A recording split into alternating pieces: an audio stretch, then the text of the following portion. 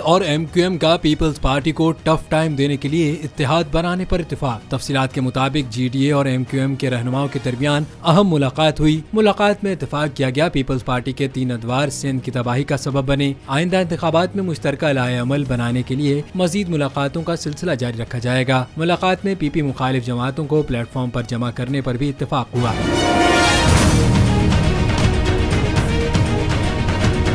मुलाकात के बाद मुश्तरका प्रेस कॉन्फ्रेंस GDA के रहनुमा सफदर अब्बासी ने कहा, MQM के साथ ताउन का अमल जारी रहेगा। सिंध में धरनों को सपोर्ट करते हैं। जबकि मुस्तफा कमाल ने कहा, बिजली नहीं, गैस नहीं, लॉ एंड ऑर्डर नहीं।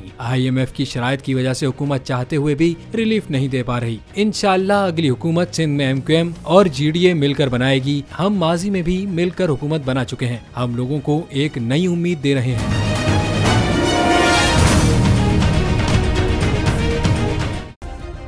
सब्सक्राइब करें और बेल दबाएं ताकि कोई खबर रह न जाए।